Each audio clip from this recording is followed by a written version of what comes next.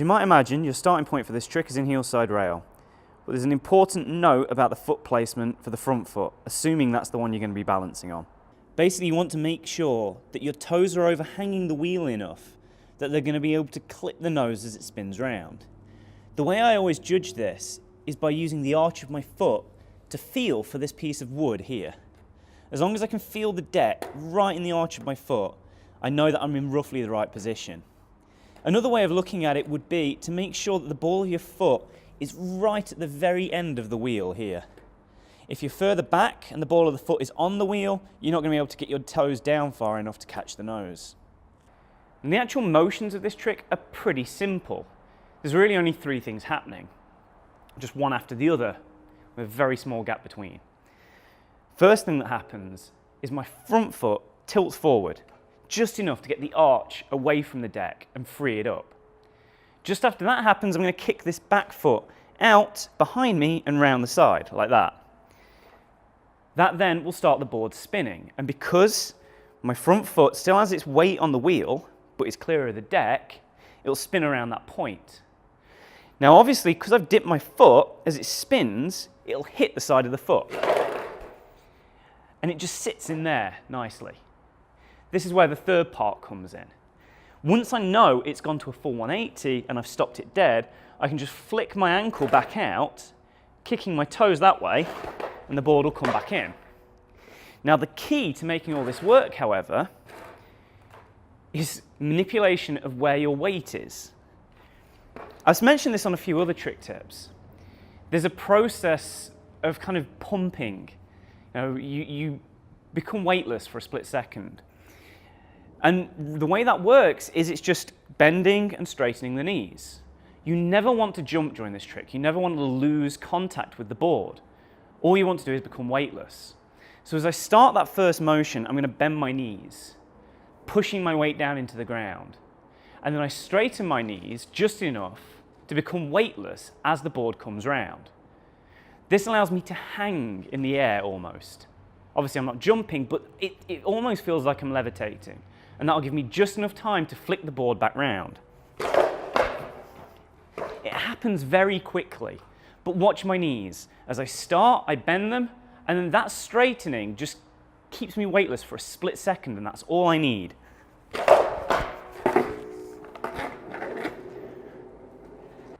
Although I'm talking about becoming weightless for this trick, I just have to pay attention to where my weight is distributed.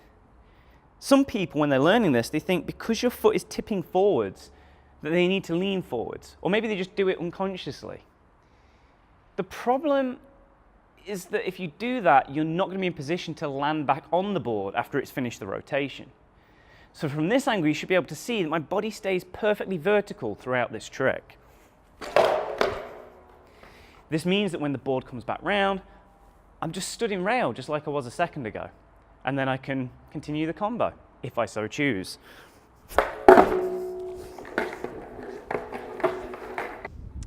This is, without a doubt, the most stupid clip that I've ever filmed for a trick tip. But it's to prove a point. When you're thinking about weight distribution, you don't just want to think about front back. There's also a tendency for most people as they flick this leg round and behind them to throw their weight that way. You don't want to do that. Even though your leg's over there, you want your body to be distributed evenly over this wheel, which is why I'm next to this little set of stairs. If I lean that way, I'm going to end up down the stairs.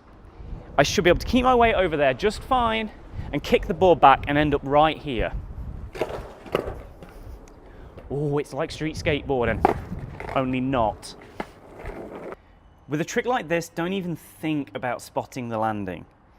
Although this camera angle is not a perfect representation of what I'm seeing, you should hopefully be able to see from here that the board's totally behind me. It's completely blind.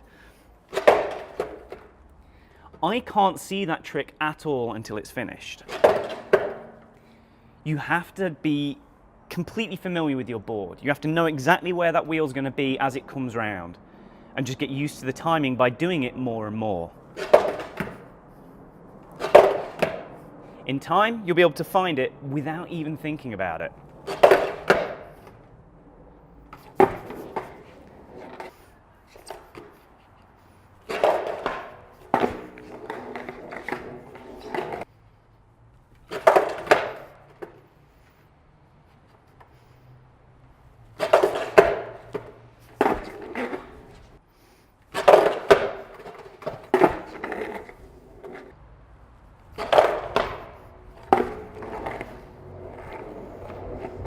case it wasn't blindingly obvious, your setup is going to make or break this trick.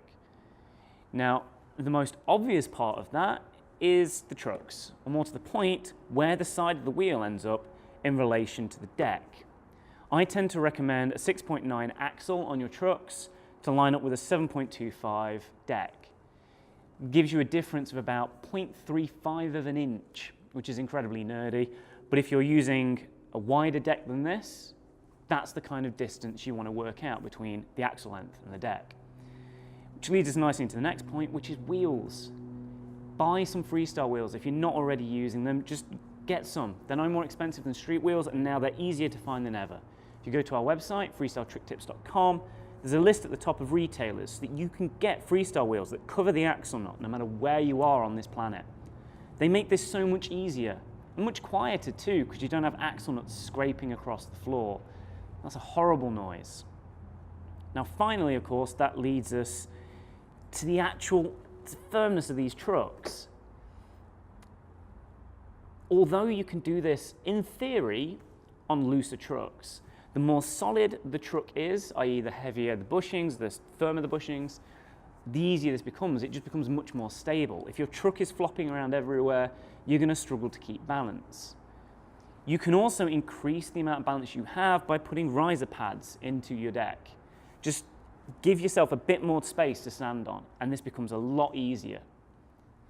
Now the last thing, and this isn't about the setup, is about the floor. You can do this on any floor once you've practiced it, but you're definitely going to want to learn on something that is grippy but not rough. Doing this on super polished concrete just means the board flies off into the distance. Doing this on super rough and super abrasive surfaces not only eats your deck up very quickly, but it makes it much harder to get the board back round. A nice middle ground, something like this surface, is perfect for this kind of trick. Once you've got all that dialed in, there's not really a lot to this trick. It's quite easy. You should pick it up fairly quickly.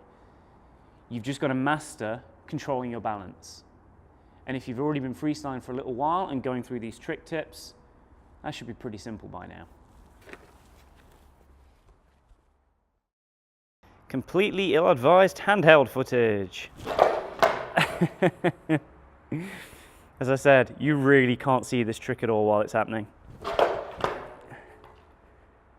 Beautiful. Hello, fella. Are you all right there, mate? Do you want to learn some freestyle? Come on, let's have a go.